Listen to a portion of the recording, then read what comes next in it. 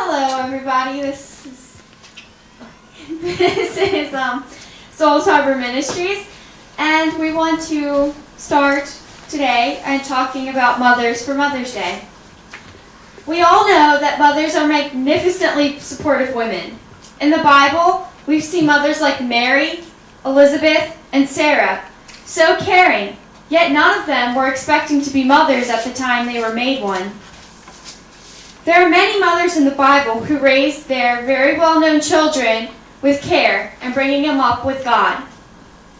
Without these mothers, you never really know where many of the prophets would be. Mainly, we should respect, cherish, and appreciate our mothers as caregivers, supporters, and someone who can relate sometimes even more than your best friend. God has instilled a special gift into mothers to be caring and comforting. For our verse, would we all please turn to Genesis 21, verse 1 through 7.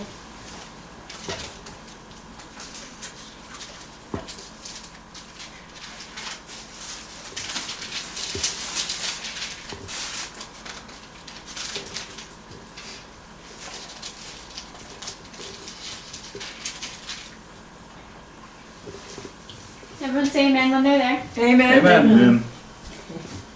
Now the Lord was gracious to Sarah, and he had said, and the Lord did for Sarah what he had promised. Sarah became pregnant and bore a son to Abraham in his old age, at the very time God had promised him. Abraham gave this name Isaac, and the son Sarah bore him. When his son Isaac was 8 years old, Abraham circumcised him as God commanded him. Abraham was 100 years old when Isaac was born to him. Sarah said, God has brought me laughter, and everyone who hears about this will laugh with me. And she added, who would have said to Abraham that Sarah would nurse children? Yet I have borne him a son in his old age. Now, if you look at this, Sarah has the same aspect on this as God has. God looks at children as laughter, as joy, as something that brings a blessing to others. Now, to be a mother is a precious gift, and that's why in verse 1 it is said, now the Lord was gracious to Sarah. Being a mother is a blessing and a responsibility, because you have to be able to bring up that child in God. And yet it is such a great honor to have this gift, because it is something so amazing for mothers to be. Amen. Now, can we please turn to our next verse, which is Genesis 30, verse 19.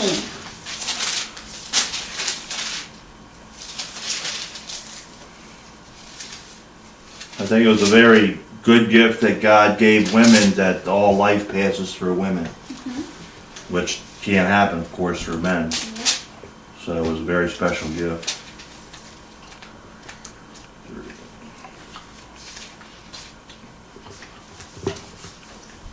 Okay. Genesis 30, verse 19. Leah conceived again and bore Jacob a sixth son. Then Leah said, God has presented me with a precious gift. This time my husband will treat me with honor, because I have borne him 6 sons. So she called him Zebulun. Sometime later, she gave birth to the daughter named Dinah. Then God remembered Rachel. He listened to her and opened her womb. She became pregnant and gave birth to a son. She said, God has taken away my disgrace. She called him Joseph and said, may the Lord add to me another son. So this is showing that God gives children as gifts to women. It is part of the circle of life, but he gives it to them as a blessing. As it says in verse 20, God has presented me with a precious gift. This shows exactly how much of a gift it is to be a mother and to have a child. Now, there's a big joy in being able to have children, as shown in this part, but we want to move on to 1 Samuel chapter 1, verse 1. Let's see how this says.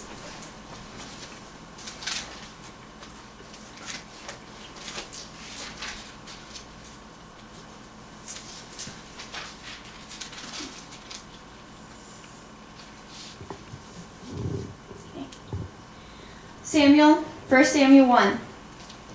There was a certain man from Ramathaim, a Zephudite, from the hill country of Ephraim, whose name was Elkanah, son of Jeraham, the son of Elu, the son of Tohu, the son of Zuph, the Aphrodite. He has two wives. One was called Hannah, and the other Peninnah. Peninnah had children, but Hannah had none. Year after year, this man went up to his town of worship and sacrificed to the Lord Almighty of Shiloh, where Hophni and Phinehas, the two sons of Eli, were priests of the Lord. Whenever the day came for Elkanah to sacrifice, he would give portions of meat to his wife Peninnah and to all her sons and daughters. But to Hannah he gave a double portion because he loved her. The Lord had closed her womb. And because the Lord has closed her womb, her rival kept provoking her in order to irritate her. This went on year after year. Whenever Hannah went up to the house of the Lord, her rival provoked her till she wept and would not eat. Elkanah, her husband, would say to her, "Hannah, why are you weeping? Why don't you eat? Why are you downhearted? Don't any more than you than 10 sons?" Once, when they had finished eating and drinking in Shiloh, Hannah stood up. Now Eli the priest was sitting on the chair by the doorpost of the Lord's temple. In the bitterness of the soul Hannah wept much and prayed to the Lord. She made a vow, saying, "O Lord Almighty, if you will only look upon your servant's misery and remember me, and not forget your servant, but give her a son, then I will give him to the Lord for all the days of his life, and no razor will ever be used on his head." As she kept on praying to the Lord, Eli observed her mouth. Hannah was praying in her heart, and her lips were moving, but her voice was not heard. Eli thought she was drunk, and said to her, "How long will you keep on getting drunk? Get rid of your wine."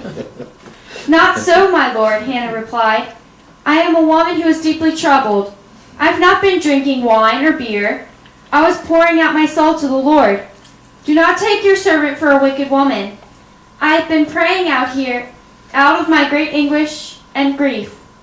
Eli answered, "Go in peace, and may the God of Israel grant you what you have asked for him." She said, "May your servant find favor in your eyes." Then she went her way and ate something, and her face was no longer downcast. Early the next morning they arose and worshipped before the Lord, and then back to their home at Ramah.